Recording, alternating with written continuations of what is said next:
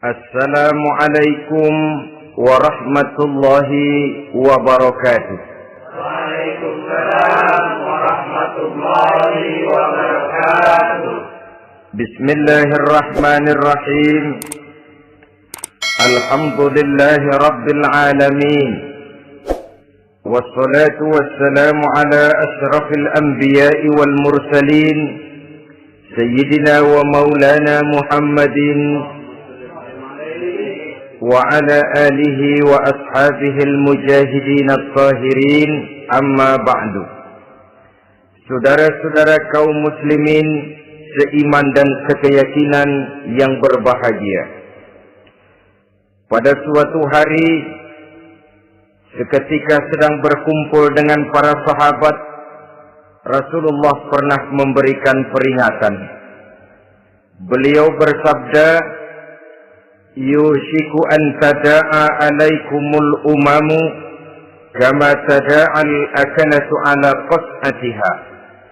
Pada suatu saat nanti akan datang di tengah-tengah kamu, wahai umat Islam, di mana orang-orang lain di sekeliling kamu akan bersatu mengerubungi kamu seperti bersatunya orang-orang mengerubungi makanan di atas meja hidangan.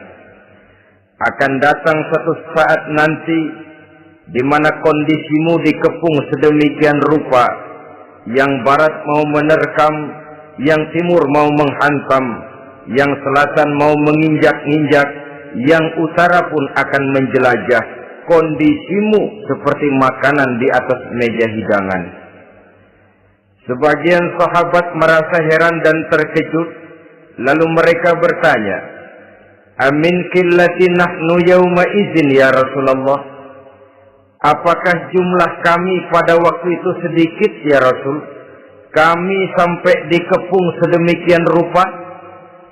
Beliau menjawab, bal antum yawma izin katsir.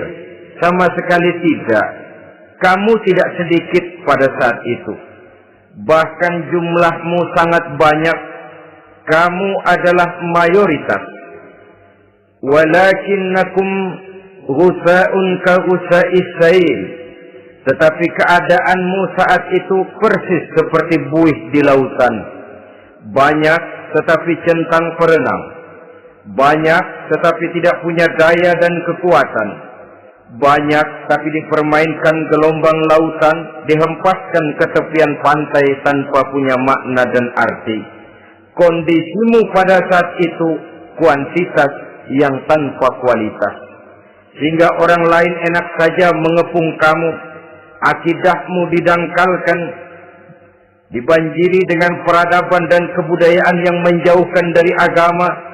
Dari segi maksiat dan munkarat seluruhnya mengepung sampai kita melepaskan nilai-nilai Islam kita ini. Dan celakanya, sambung beliau, wal yanzi'anna fi qulubi aduwikumul mahabata minkum. Akan dicabut kehebatanmu di mata musuh-musuhmu, sehingga pada saat seperti itu orang lain memandangmu umat Islam enteng saja, remeh saja, tidak ada apa-apanya. Sudahlah, pokoknya umat Islam sikat saja. Umat Islam enteng, umat Islam kecil, umat Islam tidak ada apa-apanya. Alangkah ironinya, alangkah menyedihkannya, memilukan dan sekaligus memalukan. Umat yang mayoritas ini dipermainkan oleh yang minoritas. Umat yang jumlahnya terbesar, terbanyak, bahkan konon menurut catatan sampai 90%, tapi dipermainkan oleh mereka kelompok-kelompok kecil ini. Wal yakzifanna fi qulubikumul wahn. Pada saat itu di hatimu dicampakkanlah penyakit wahan. Sahabat kemudian bertanya, wa mal wahnu ya Rasulullah? Apakah penyakit wahan itu ya Rasul? Beliau menjawab, hubbud dunya wa karahiyatul maut. Penyakit wahan itu tidak lain hubbud dunya wa karahiyatul maut. Terlalu cinta kepada dunia dan terlalu takut kepada mati. Materialistis dan takut resiko. Dua penyakit inilah yang menyebabkan walaupun umat ini mayoritas, tapi dipermainkan oleh yang minoritas. Walaupun dia golongan terbesar, tapi nasibnya seperti makanan di atas meja makan. Dari segala macam penjuru mau menghantam dia. Saudara-saudara kaum muslimin yang berbahagia, ini merupakan analisa sosial bahwa pada suatu saat nanti akan terjadi di tengah-tengah umat di mana kita dihantam dan diserbu dari segala macam penjuru.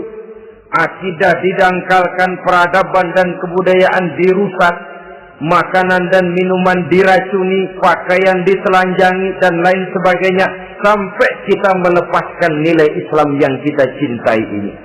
Kondisi sosial ini satu saat akan datang kepada kita. Demikian analisa dan peringatan dari Rasulullah Sallallahu Alaihi Wasallam.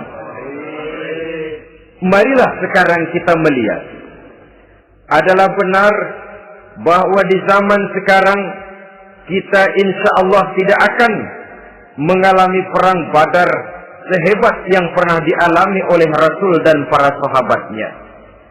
Tetapi sesungguhnya perang yang kita hadapi di zaman sekarang ini tidak kalah hebatnya dengan perang Badar, tidak kurang dahsyatnya dengan perang Uhud, tidak kurang ngerinya dari perang Khandaq. Hanya saja yang kita hadapi sekarang ini bukan ujung pedang, bukan ujung tombak, bukan ujung panah. Yang kita hadapi sekarang ini adalah perang akidah, perang ideologi, perang mempertahankan keyakinan. Yang kalau kita kalah sekarang, kita memang masih beragama. Tetapi anak kita, cucu kita, generasi yang akan hidup 5, 10, 20, 30 tahun yang akan datang, wallahu a'lam bissawab. Islam, saudara-saudaraku, tidak mungkin hilang dari dunia. Tetapi tidak mustahil Islam gulung tikar dari desa kita.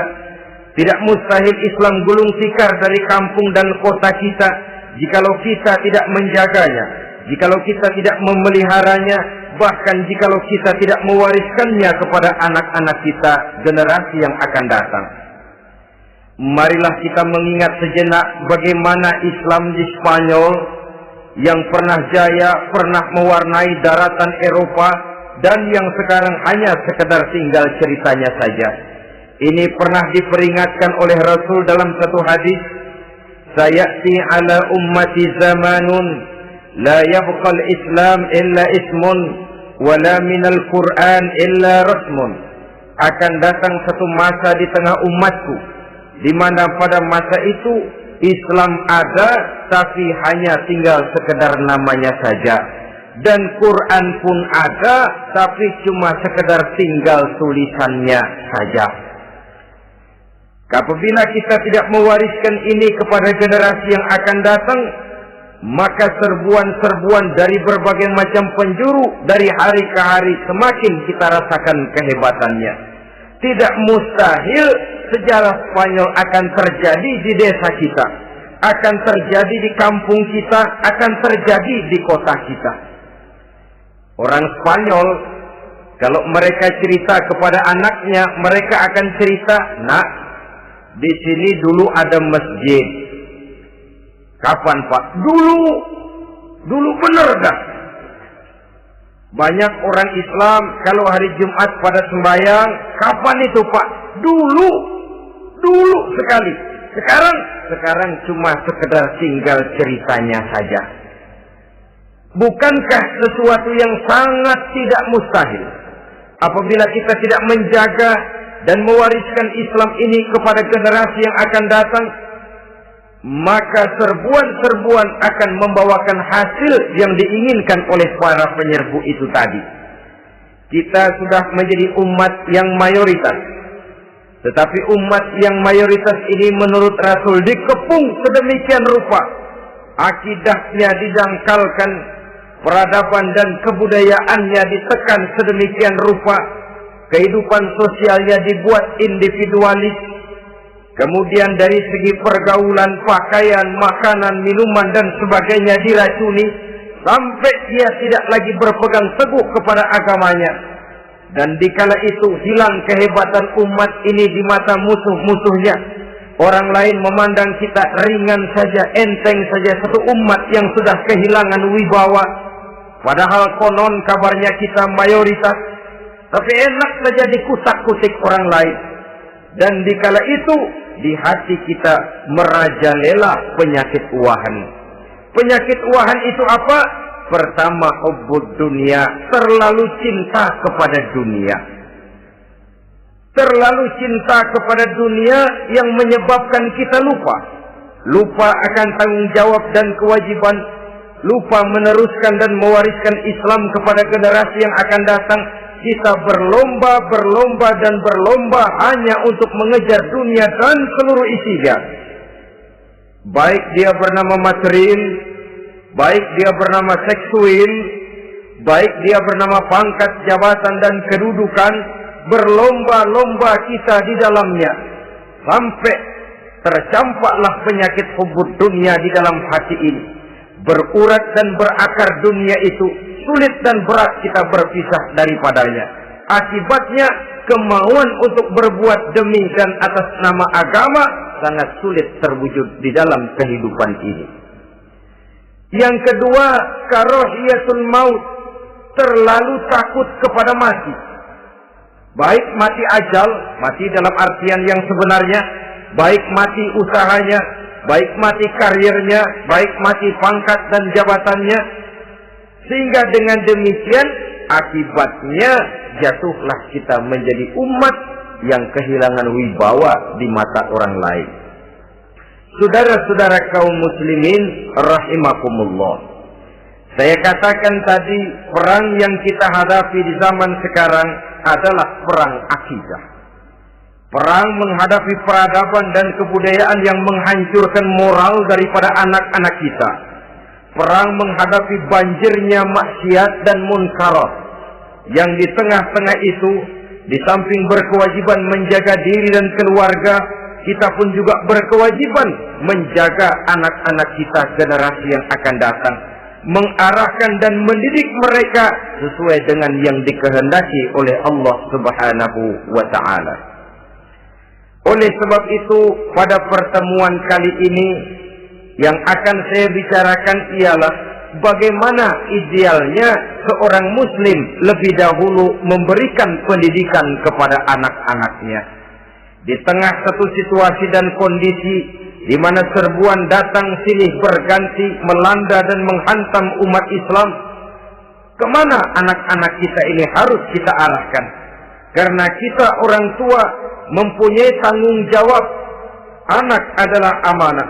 Menyia-nyiakan amanah adalah dosa. Dan dosa itu merupakan satu dosa yang besar. Bahkan orang tua bisa saja masuk neraka kalau tidak bertanggung jawab tentang anak-anaknya. Satu riwayat menjelaskan ada orang soleh, ngajinya cukup, sholatnya cukup, puasanya cukup, zakatnya cukup, di mana ada majelis taklim hadir, baca Quran hobi, fitnah orang tidak pernah. Di akhirat setelah disidang dia ternyata lebih banyak kebaikannya daripada kejahatannya, maka dia pun diperintahkan dan dipersilahkan masuk ke dalam surga. Giliran anaknya disidang, biang okem nih anak. Ditanya, siapa Tuhanmu? Tidak tahu. Siapa nabimu? Nyaho. Apa kitabmu? Ora gelem. Kamu pernah sholat? Tidak. Zakat? Tidak. Puasa? Tidak. Judi? Hobi. Zina? Tiap malam. Mabuk? Berat. Wah, brengsek kamu. Kebaikan tidak ada barang sedikit pun, sementara kesalahan dan dosa berlipat ganda. Kamu neraka. Anak ini protes. Benar, saya tidak kenal siapa Tuhan saya. Saya tidak tahu siapa nabi saya. Saya tidak tahu kitab suci dan kiblat saya. Saya tidak sholat, tidak zakat, tidak puasa. Tiap malam saya judi, saya zina, saya mabuk. Tapi saya kerjakan semua itu karena saya tidak tahu dan orang tua saya tidak pernah memberitahu saya. Dia enak-enakan hadir di majelis taklim, saya nyekek botol, didiemin saja. Dia enak-enakan baca Quran, saya zina, didiamkan saja. Saya bukan tidak mau, orang tua saya sama sekali tidak pernah mendidik saya. Dia mau benar sendiri. Maka kalau sekarang saya harus masuk ke dalam neraka, saya menuntut agar orang tua saya ikut sama-sama bergabung dengan saya ke dalam neraka. Gara-gara dia tuh saya jadi begini. Orang tuamu yang mana? Tuh, yang barusan mau ke surga. Ini orang tua yang sudah mau berangkat ke surga dipanggil. Sebentar dulu, Mas. Ini benar anak kamu? Iya, Pak. Waktu di dunia kamu tidak pernah ajarin dia ngaji? Sampai dia tidak kenal Tuhannya, tidak kenal nabinya, tidak kenal kiblat dan kitab sucinya? Iya, Pak. Dia tidak sholat, kamu diamkan saja. Dia tidak puasa, tidak zakat, kamu bersikap masa bodoh. Bahkan dia judi, dia zina, dia mabuk, kamu pun berdiam diri saja. Iya, Pak. Tahukah kamu bahwa anak ini adalah amanah? Menyia-nyiakan amanah artinya khianat, dan khianat adalah dosa yang sangat besar. Kamu tidak bertanggung jawab, maka kamu, anakmu gabung ke dalam neraka. Saudara-saudara kaum muslimin rahimakumullah. Itu sebabnya Allah pesan benar-benar, ya ayyuhalladzina amanu qu anfusakum wa ahlikum nara. Hai orang-orang yang beriman, jaga dirimu dan keluargamu, istri, anak, orang-orang yang menjadi tanggung jawab dan kewajiban kita, jaga dan pelihara mereka dari api neraka. Saudara-saudara kaum muslimin, lalu kalau kita orang-orang tua yang hidup di zaman sekarang ini sudah sering beristighfar, mengurut dada, melihat situasi, membaca peta keadaan, konon tantangan yang akan dihadapi oleh anak-anak kita 15, 20, 25 tahun yang akan datang jauh lebih berat dari apa yang kita hadapi sekarang ini. Maka adalah wajar jika kita sebagai orang tua yang cinta kepada agama, cinta kepada anak-anak kita, berpikir untuk mewariskan nilai-nilai yang luhur ini kepada anak-anak kita generasi yang akan datang.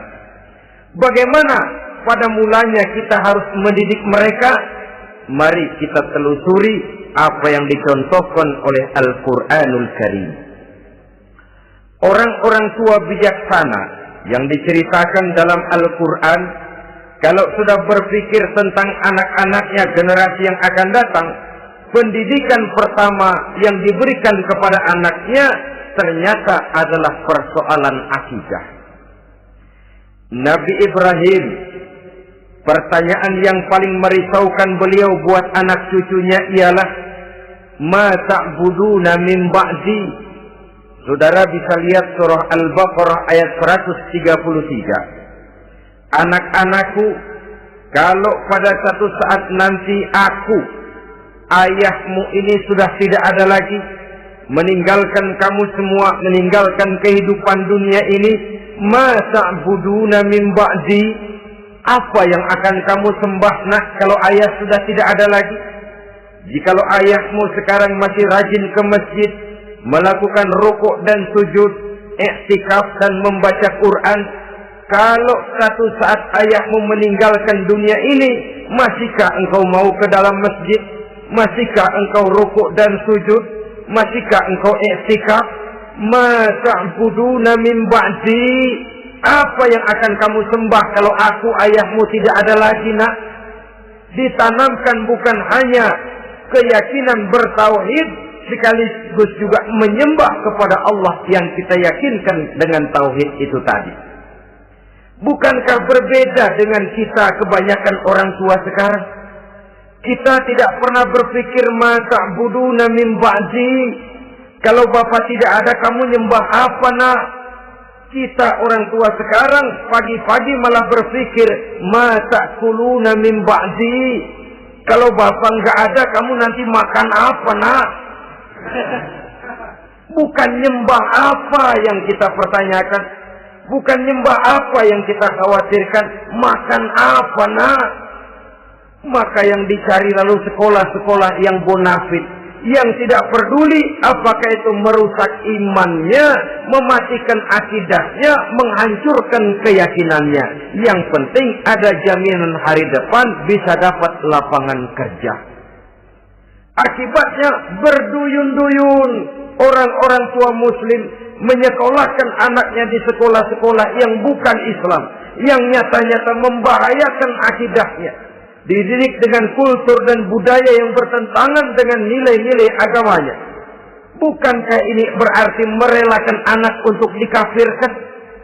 Bukankah ini artinya menyerahkan anak untuk ditulis menurut selera para pendidik yang tidak sesuai dengan nilai akidah yang dimilikinya? Mengapa kita tidak berpikir seperti Nabi Ibrahim yang sebelum memberikan pendidikan kecerdasan, sebelum pendidikan matematika, IPS, PSBB dan disiplin ilmu lainnya, yang pertama ditanamkan ma ta'buduna min ba'di. Kalau ayahmu tidak ada, kamu menyembah apa nak?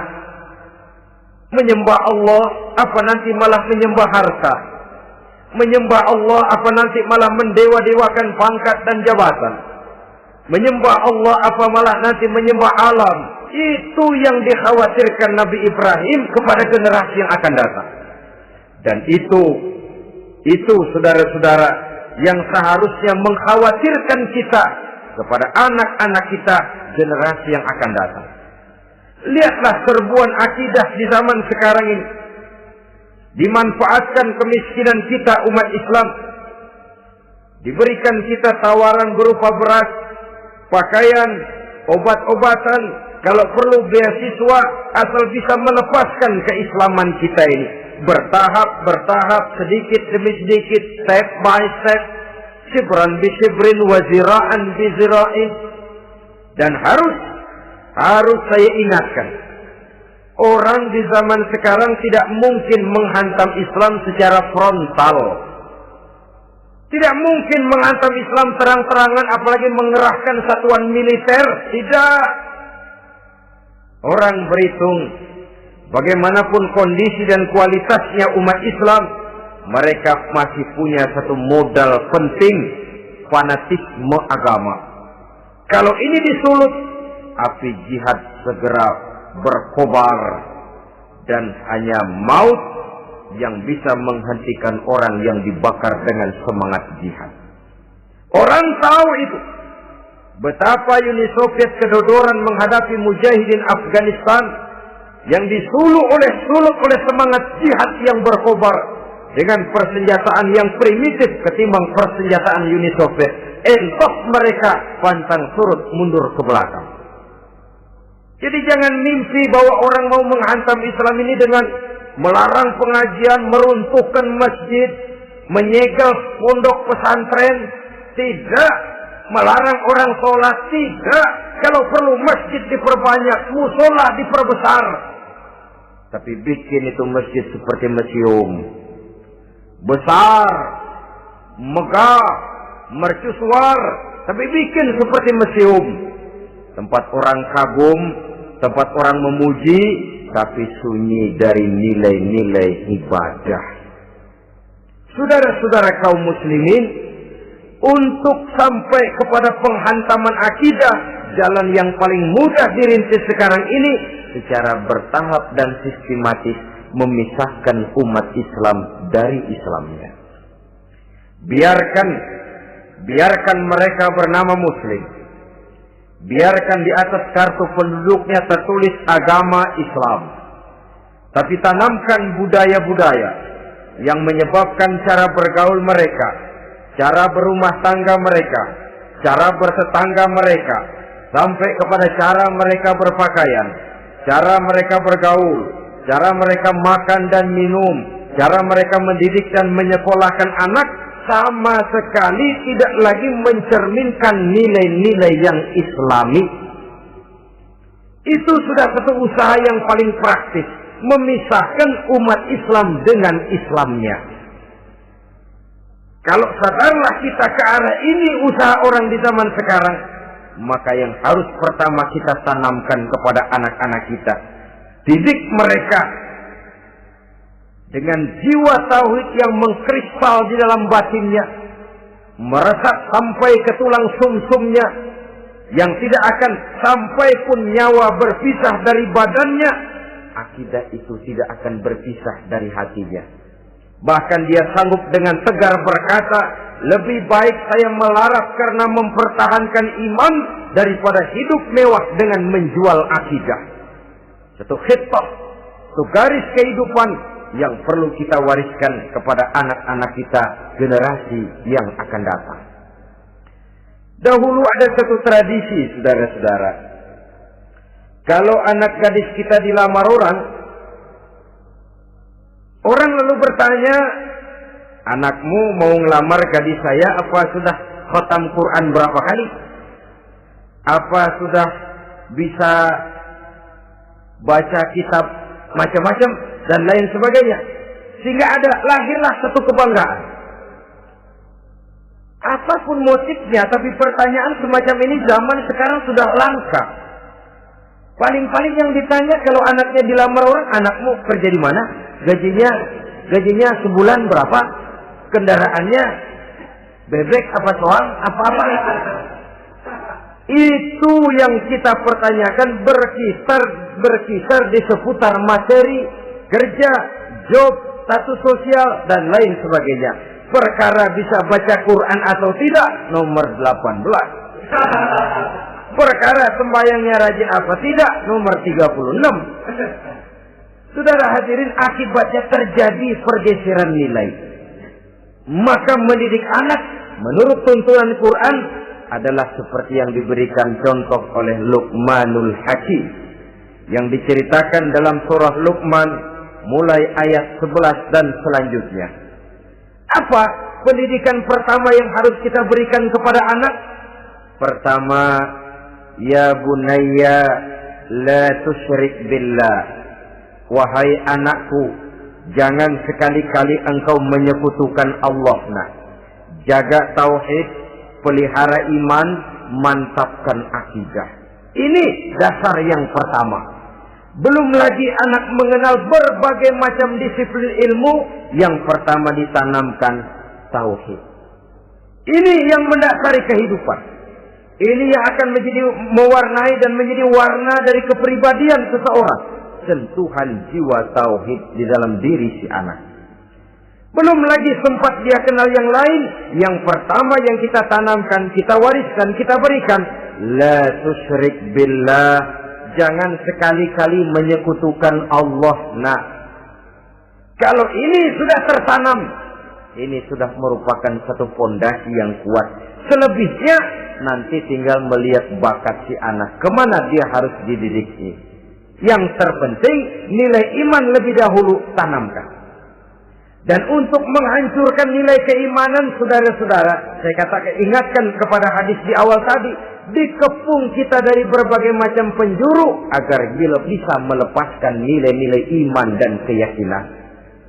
Proses pendangkalan akidah, ditanamkan keraguan kepada agama, ditanamkan rasa malu beragama, sholat malu, baca Quran malu, berangkat ke masjid malu, pakai jilbab malu, ditanamkan rasa malu beragama.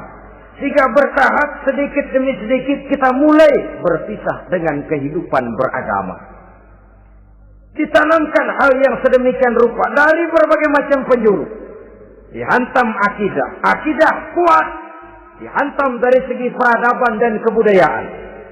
Diperbanyaklah peradaban dan kebudayaan yang bukan mendekatkan kita dengan agama, malah mendekatkan kita dengan neraka. Menjauhkan kita dari agama, menjauhkan kita dari nilai-nilai luhur yang diwariskan oleh orang-orang tua kita terdahulu. Adalah kewajiban kita yang pertama, mendidik anak, menanamkan roh, jiwa, dan semangat tauhid di dalam diri mereka.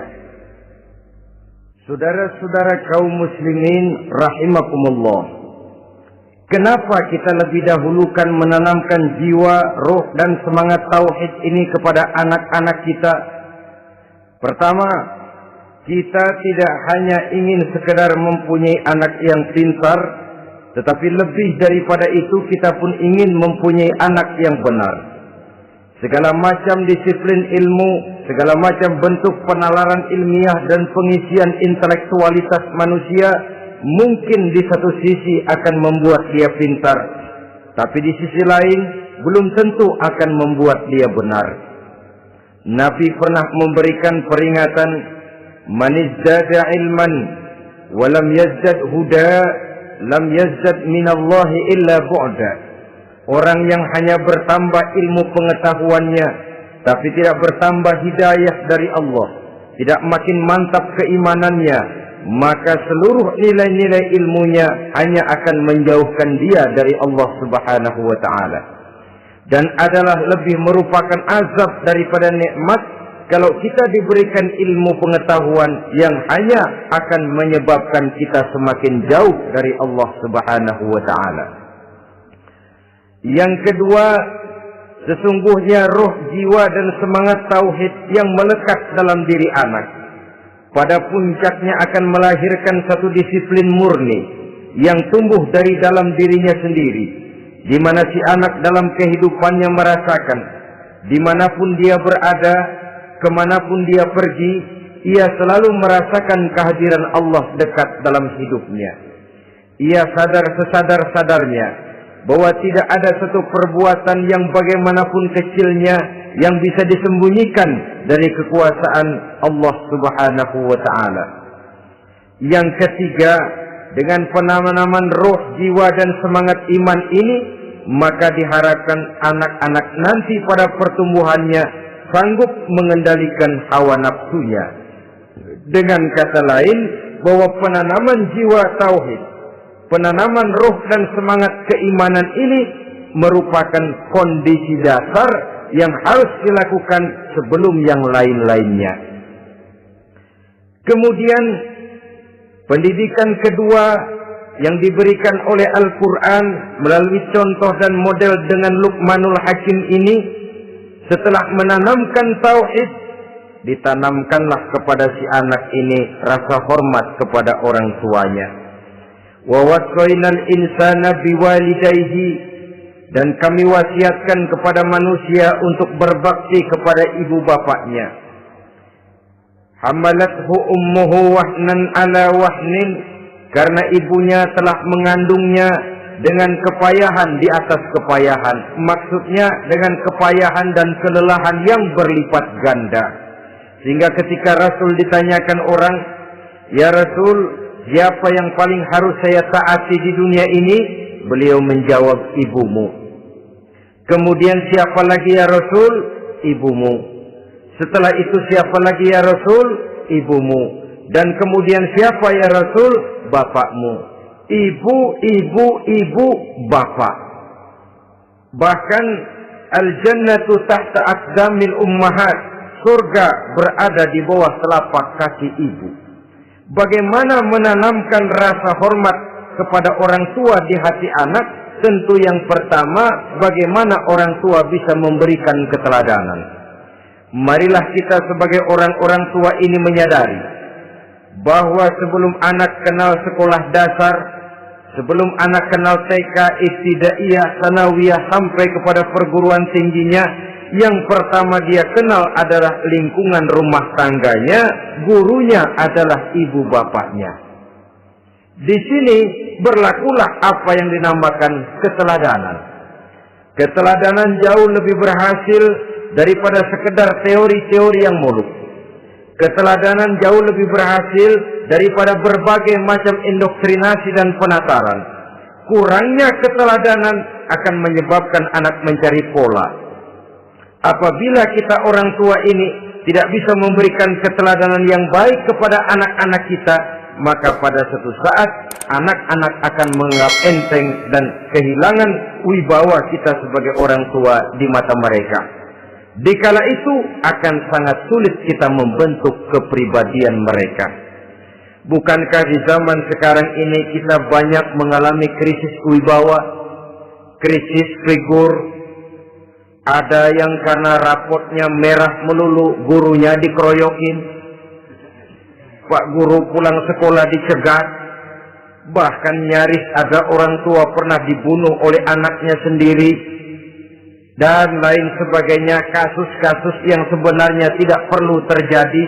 Karena memang bukan saja bertentangan dengan nilai budaya kita sebagai bangsa, tapi juga bertentangan dengan ajaran agama kita sendiri. Krisis wibawa, krisis figur, yang juga akibatnya harus kita sadari banyak faktor yang membentuk kepribadian anak. Pergaulannya, yang dibacanya, yang ditontonnya, yang disaksikannya di dalam kehidupan. Benar kita menyekolahkan mereka, tapi berapa jam mereka di sekolah? 6 jam, 7 jam paling lama. Sedangkan mereka hidup 1 hari 1 malam 24 jam. Kalau cuma 7 jam di sekolah, ini berarti lebih banyak dia di luar sekolah. Dan di luar sekolah itu artinya ya rumah tangganya, ya temannya, ya lingkungan di mana dia tinggal, yang seluruhnya sangat besar pengaruhnya dalam ikut membentuk kepribadian anak-anak kita. Saya katakan tadi, di samping kita menghadapi perang akidah, kita pun berhadapan di dalam perang menghadapi peradaban dan kebudayaan yang bukan saja menjauhkan kita dari agama, tetapi sanggup menghancurkan moral daripada anak-anak kita. Secara pribadi, saudara-saudara, saya iri, saya kagum misalnya dengan kemajuan yang diperoleh oleh negara tetangga kita, Jepang misalnya. Padahal tahun 45 ia pun hancur lebur oleh meledaknya atom di Hiroshima dan Nagasaki.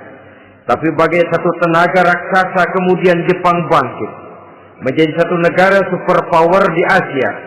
Bahkan gurunya saja Amerika sekarang ini kewalahan menghadapi perang dagang dengan Jepang ini. Dan yang menarik, Jepang bisa maju dan modern dengan tetap menjadi Jepang, tanpa harus kehilangan identitasnya sebagai satu bangsa, tanpa harus kehilangan kepribadiannya sebagai satu bangsa. Sebagai negara yang sedang berkembang, kita sering latah. Kita ingin meniru Barat, tapi bukan teknologinya, westernisasinya yang kita tiru. Bukan isinya, kulitnya yang kita ambil. Akibatnya apa? Modernnya belum, orangnya sudah Barat. Bergaulnya sudah cara Barat, berumah tangganya sudah cara Barat, berpakaiannya sudah cara Barat, mendidik anaknya sudah cara Barat. Di mana ketemu orang tua cukup hello daddy. Kulitnya kita ambil, sementara isinya kita campakkan. Ironi dan menyedihkan.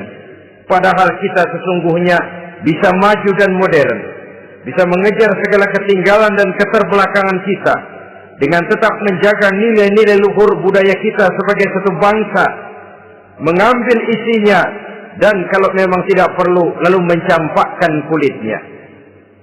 Pengaruh peradaban dan kebudayaan yang menghancurkan moral daripada anak-anak kita oleh pesatnya arus teknologi, oleh pesatnya arus komunikasi, di mana hal-hal yang terjadi di belahan dunia lain dapat kita saksikan hari ini juga melalui layar televisi, yang terjadi di Amerika, di Eropa, di Afrika, di ujung dunia yang paling ujung sekalipun. Di ujung dunia yang paling ujung, hari ini kejadian, hari ini sudah bisa kita saksikan. Pesatnya arus komunikasi, kalau jatuh ke tangan anak-anak kita yang belum mempunyai filter, daya saring positif, akan dicerna oleh mereka tanpa memilah dan memilih. Akibatnya orang kampung bilang kelolodan. Makan nggak dikunyah lagi. Tentu saja akhirnya kelolodan, dan kalau sudah kelolodan menyusahkan kita seluruhnya. Oleh karena itu budaya menghormati orang tua perlu dijaga, perlu dipelihara dan diwariskan kepada anak-anak kita. Tali silaturahmi sehingga ada respeknya kepada orang tuanya. Jangan bapaknya dianggap CS, ibunya dianggap CS, kakeknya dianggap CS. Hilang rasa respek, hilang rasa menghormati. Sementara orang tua sendiri tidak bisa memberikan keteladanan, kurang mendapat perhatian dan lain sebagainya. Apalagi kalau baik ibu maupun bapak adalah orang-orang karier yang setiap hari sibuk menghadapi tugas masing-masing. Bapak sibuk rapat, pindah kantor sana kantor sini, ibu sibuk arisan, besarlah anak-anak di tangan pembantu dan lain sebagainya, sehingga dia merasa kurang mendapat perhatian, dan ini akan ikut membentuk warna dari kepribadian yang dimilikinya. Sampai kepada pelosok-pelosok desa, jaringan televisi memang menguntungkan. Tapi kalau sudah sampai kepada menayangkan budaya-budaya yang tidak sesuai dengan pola di mana mereka tinggal, pola lingkungannya, dan ingin mereka terapkan dalam kehidupan, ironi dan menyedihkan. Maka sering dikatakan, jikalau ABRI masuk desa, rakyat beruntung. Jikalau listrik masuk desa, rumah jadi terang. Jikalau koran masuk desa, rakyat jadi cerdas. Jikalau hakim masuk desa, rakyat lalu sadar hukum. Tapi jikalau maksiat dan munkarat masuk desa, minuman keras masuk desa, judi masuk desa, pelacuran masuk desa, rakyat tentu kiamat. Dan kita harus punya budaya untuk memilah dan memilih, mempunyai filter untuk jadi daya saring positif.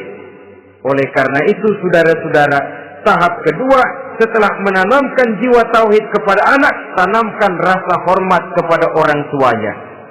Orang tua itu ibu bapaknya, orang tua itu guru-gurunya yang mengajarkan dia, atau yang dianggap tua yang lebih senior dari dia. Karena tidak ada satu peradaban yang berdiri sendiri.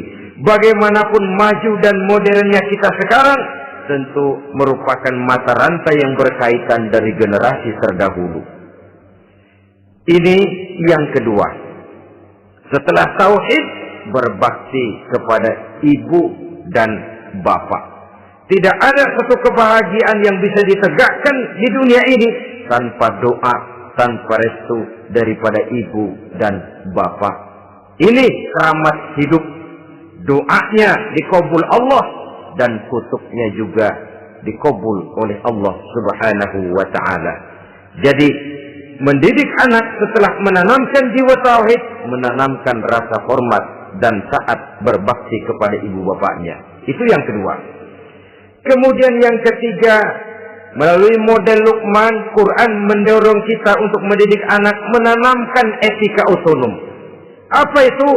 Ya bunayya, innaha in takum misqala habbatin min khardalin fatakun fi sakhratin aw fis samawati aw fil ardi ya'ti biha Allah.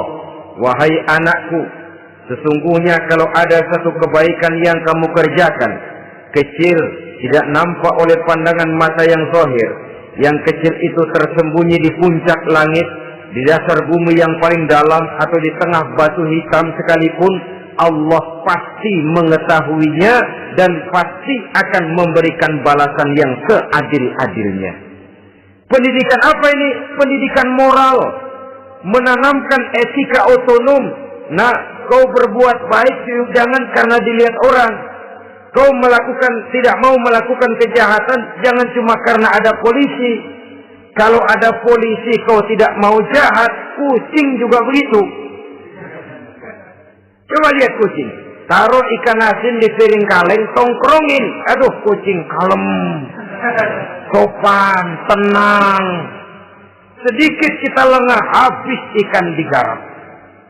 Tapi ditanamkan satu kesadaran, kemanapun kau pergi, apapun yang kau kerjakan, tersembunyi di tengah batu di dasar bumi, di puncak langit, Allah pasti tahu. Dalam bahasa yang ringan, nak, kita ini diawasi oleh 2 hiperkomputer yang maha sensitif.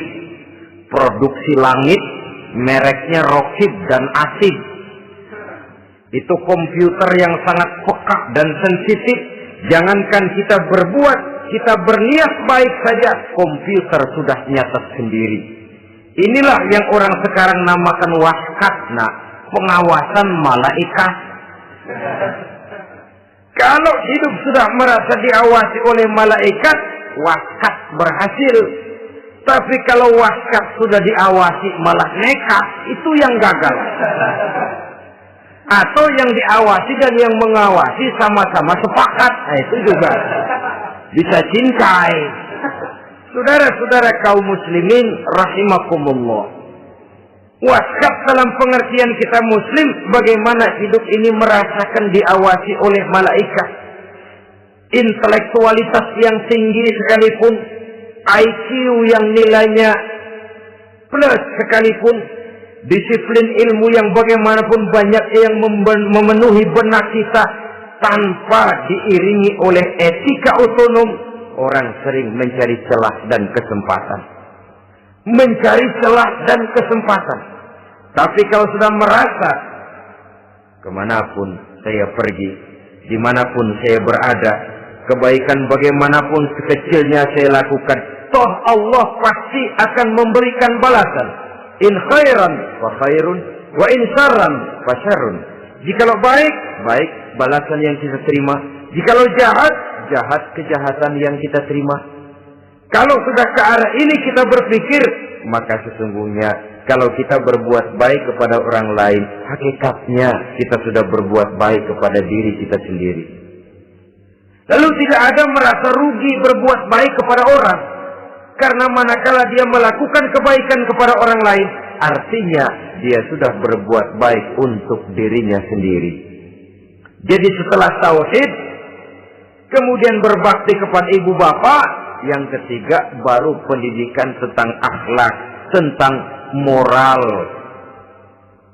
Pola ini yang sering terlupakan oleh kita, bahwa bagi kita itu pendidikan tidak lain upaya mencerdaskan otak anak. Jangan sampai sebab ini kelihatannya pembangunan makin maju, persaingan hidup makin tajam, tensi ekonomi semakin tinggi, sementara jumlah tenaga kerja dengan lapangan kerja yang tersedia jauh dari mencukupi. Jikalau tidak membekali anak dengan pendidikan yang menunjang lapangan pekerjaan, orang tua khawatir, takut sekali anaknya jadi gelandangan. Dikhawatirkannya kehidupan dunia ini, sementara dia lupa kalau anaknya bisa jadi gelandangan di akhirat. Padahal selama-lamanya gelandangan di dunia, paling seumur manusia itu 60 tahun, 70 tahun lah umur orang sekarang. 70 itu sudah luar biasa itu. Tapi kalau harus menggelandang di akhirat, menjadi gelandangan di akhirat, alangkah menyedihkannya. Apakah akan kita korbankan satu kehidupan yang langgeng, abadi, cuma karena tertipu oleh fata morgana dan kamuflase? Kita korbankan yang sedikit, kita korbankan yang besar karena kita memilih yang sedikit. Dalam bahasa Al-Quran memang pernah diceritakan hidup ini hakikatnya perlombaan, saudara-saudara. Perlombaan. Dan di dalam perlombaan itu ada yang menang, ada yang kalah. Al-Quran lalu memberikan peringatan, Alhaakumut takatsur, kamu telah lalai karena berlomba-lomba memperbanyak harta, mempertinggi pangkat dan kedudukan, hatta zurtumul maqabir, sampai kamu akan masuk ke liang kubur baru sadar. Apalagi kalau nafas sudah sampai di tenggorokan. Persis Fir'aun sudah tenggelam di lautan merah, mau mampus, baru dalam sekaratnya amantu bi Rabbi Musa wa Harun. Kalau begini caranya, saya juga percaya kepada Tuhan Musa dan Harun, percaya kepada Allah. Sudah mau mati, baru amantu bi Rabbi Musa. Kami percaya kepada Tuhan Nabi Musa, kata Fir'aun. Malaikat maut kalau benar dilelepin terus di laut. Mampus terus sekalian. Hidup ini memang kita berlomba. Berlomba dengan waktu. Berlomba dengan umur. Berlomba dengan tenaga. Berlomba dengan tetangga. Yang jangankan kita sampai mundur, berhenti saja sejenak, kita akan ditinggalkan oleh yang lain. Tiada kata mundur, bahkan tiada kata berhenti. Sekali kita melangkah, melangkahlah terus. Tapi berlombalah seperti yang dikehendaki Quran. Wastabiqul khairat. Berlomba-lombalah di dalam kebajikan. Jangan berlomba-lomba di dalam kemaksiatan, kemunkaran, kejahatan. Berlombalah dalam urusan kebaikan. Saudara-saudara kaum muslimin rahimakumullah. Tauhid, berbakti kepada ibu bapa, kemudian pendidikan tentang moral. Apabila pendidikan tentang moral sudah tertanam, barulah lihat bakat si anak. Kemana bakatnya? Anak saya kelihatannya dari kecil demennya main bedil-bedilan saja. Berikan itu. Kirim ke Magelang, masukkan akabri. Tapi dengan syarat 3 itu tadi. Iman sudah tertanam, rasa bakti kepada ibu bapak sudah ada dan punya nilai moral. Sehingga boleh jadi nanti dia menjadi jenderal yang beriman, yang berbakti kepada ibu bapaknya dan punya moral yang tinggi. Kan lebih baik rakyat rendah tapi akhlaknya tinggi daripada pejabat tinggi tapi moralnya rendah. Jauh lebih baik rakyat rendah punya moral tinggi ketimbang pejabat tinggi punya moral rendah. Nilai moral ini yang jadi ukuran dan barometer di masyarakat. Yang ini yang sering kita lupakan. Bahwa kehancuran satu bangsa dimanapun di dunia ini selalu dimulai dengan kehancuran moral daripada bangsa itu sendiri. Sekarang membina nilai moral ini berat. Gadis kita, remaja, putri diberikan pakaian jilbab, mungkin dia sendiri masih setengah-setengah. Ditambah lagi oleh ledekan temennya. Jilbab lah kuno. Bau surga lah, bau masjid lah, bau menyan lah. Ditanamkan rasa malu untuk hidup dekat dengan agama. Kalau moral semacam ini sudah tertanam, sedikit demi sedikit kita mulai mengucapkan selamat tinggal kepada agama. Dan kemalangan apa yang lebih malang kalau kita sudah jauh dari agama ini? Bukankah Islam telah menyelamatkan manusia dari penyakit jahiliyah dan membawanya kepada satu kehidupan yang maju dan modern? Kalau kita tinggalkan Islam ini, bukankah artinya kita akan kembali kepada satu zaman jahiliyah? Hanya saja jahiliyah itu berada di abad modern. Versinya tentu lebih modern. Kalau zaman jahiliyah dulu mabuknya pakai arak, zaman sekarang sudah macam-macam orang bisa mabuk. Kalau zaman jahiliyah dulu anak perempuan dikubur hidup-hidup, zaman sekarang kadang-kadang belum sempat lahir ke dunia, malah sudah dibunuh lebih dahulu. Versinya saja yang berbeda. Kalau di zaman jahiliyah dahulu manusia menyembah batu yang bernama Latta, Uzza, Manat dan Hubal. Di zaman jahiliyah modern sekarang ini orang sering menyembah kepala bagiannya, sering menyembah atasannya, sering menyembah komputer, sering menyembah teknologi modern yang lebih diyakininya daripada Allah sebagai keyakinan sentral di dalam hidupnya. Saudara-saudara kaum muslimin rahimakumullah. Jadi yang ketiga, nilai moral yang ditanamkan kepada anak-anak kita supaya dia bisa menghadapi tantangan-tantangan hidup yang semakin berat ini dengan tetap berpegang teguh kepada nilai-nilai moral yang diwarnai oleh jiwa keimanannya yang bersumber dari ajaran agamanya. 3. Kemudian yang keempat, barulah tatanan kehidupan sehari-hari. Apa kata Luqman? Ya bunayya aqimis shalah. Setelah bertauhid, berbakti kepada ibu bapa, punya nilai moral. Ya bunayya aqimis shalah. Nak, dirikan salat. Rumah tangga muslim. Anak berumur 7 tahun sudah berani meninggalkan salat. Kata Nabi, pukul. Bukan untuk menyakiti, untuk mendidik. Karena sayang kepada anak. Saudara-saudara, kita khawatir betul kepada anak. Kalau dia pulang dari sekolah, buru-buru kita sebagai orang tua bertanya, sudah makan nak? Sudah istirahat nak? Tapi jarang kita sebagai orang tua melontarkan, sudah sholat nak? Bahkan kita bisa memberikan sugesti kepada anak. Nah, kalau kau naik kelas 1 sampai naik ke kelas 2, bapak beliin sepeda. Tamat SD nak, motor. Tamat SMP nak, ke Bali juga. Tamat SMA nak, Singapura. Saudara-saudara, tapi kalau untuk urusan sholat misalnya, kita tidak pernah memberikan sugesti kepada anak-anak kita. Nah, kalau kau hafal Fatihah lengkap dengan artinya, bapak beliin sepatu. Nah, kalau kau bisa sholat dengan baik, cukup syarat rukunnya, bapak beliin sepeda. Ada rangsangan, ada sugesti yang membuat anak lebih tergerak untuk hidup dalam suasana keagamaan. Ya bunayya aqimis sholat, nak dirikan sholat.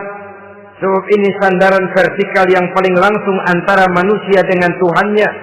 Menyadari bahwa sepanjang yang bisa dilakukan oleh manusia hanyalah berusaha dan berusaha, dan kepastian sepenuhnya ada di tangan Allah. Dengan sholat kepribadianmu diperteguh, dengan sholat sandaran vertikalmu kepada Allah diperkuat. Dan pada waktunya nanti Al-Quran memberikan bimbingan, hendaklah minta tolong kepada Allah dengan sabar dan tetap mendirikan sholat. Ya bunayya aqimis sholat. Setelah itu, wa'mur bil ma'rufi wanha 'anil munkar. Tegaklah membina yang ma'ruf, tegaklah mencegah yang munkar. Ini sikap hidup sudah. Sholat tadi tugas hidup. Lalu sikap hidup tampil di tengah masyarakat, membina yang ma'ruf, mencegah yang munkar sesuai dengan kesanggupan masing-masing. Bukankah setiap kita kepingin punya anak yang bermanfaat, setidaknya bagi keluarganya, syukur kalau bisa bagi lingkungannya, bagi masyarakat, bangsa dan negaranya. Dan satu di antara tanda orang yang bermanfaat, kalau dia bisa hidup menjadi penganjur yang ma'ruf dan pencegah yang munkar. Dan itu kalau tidak ada hidayah, sulit orang mau melaksanakan itu. Sebab apa? Ada kecenderungan belakangan ini di mana agama dianggap urusan pribadi. Sehingga orang lalu sering bilang, jangan bawa-bawa agama dah, itu kan bukan urusan agama. Ini sudah ciri berpikirnya sekuler. Jangan bawa-bawa agama. Agama urusan pribadi. Artinya orang mau sholat mau enggak, jangan bilang apa-apa dah. Urusan dia sendirian. Dia mau puasa dia enggak, merdeka saja, urusan pribadi. Agama bukan persoalan pribadi. Apalagi jika sudah menyangkut amar ma'ruf dan nahi munkar. Siap menegakkan yang baik, mencegah yang munkar untuk tegaknya satu masyarakat yang diwarnai oleh kebaikan dan terhindar dari segala macam kejahatan. Dan terus ayat-ayat selanjutnya mencerminkan sikap hidup. Namun yang intinya cara mendidik anak yang baik yang dicontohkan oleh Al-Quran dengan Luqmanul Hakim sebagai model. Pertama, tanamkan tauhid. Yang kedua, tanamkan rasa hormat dan berbakti kepada ibu bapaknya. Yang ketiga, tanamkan moral, nilai akhlak yang tinggi. Setelah itu yang keempat, biasakan hidup dalam suasana keagamaan. Kontrollah sholatnya, kontrollah baca Qur'annya, kontrollah puasanya di bulan Ramadan. Ajaklah anak-anak sholat berjamaah, sehingga dengan demikian dia terbiasa oleh satu suasana yang mendekatkan dia dengan nilai agamanya. Dari sana diharapkan nilai-nilai ilmu yang didapatnya dari bangku sekolah akan menciptakan keseimbangan dengan yang ditanamkan oleh orang tuanya dalam bentuk yang dijelaskan oleh surah Luqman itu tadi. Sehingga apabila keseimbangan ini terwujud, akan menjalin keseimbangan dalam pola berpikir, dan keseimbangan dalam pola berpikir akan melahirkan keseimbangan dalam perbuatannya. Terwujudlah kita harapkan insan yang fid dunya hasanah wa fil akhirati hasanah. Inilah harapan kita semua. Mudah-mudahan Allah memberikan kekuatan kepada kita untuk mewariskan nilai-nilai yang baik kepada generasi yang akan datang, sehingga esok harus lebih baik daripada hari ini, dan lusa harus lebih baik daripada hari esok. Terima kasih atas perhatian saudara. Mohon maaf atas segala kekurangan. Usikum wa nafsi bitaqwallah. Wassalamualaikum warahmatullahi wabarakatuh. Waalaikumsalam.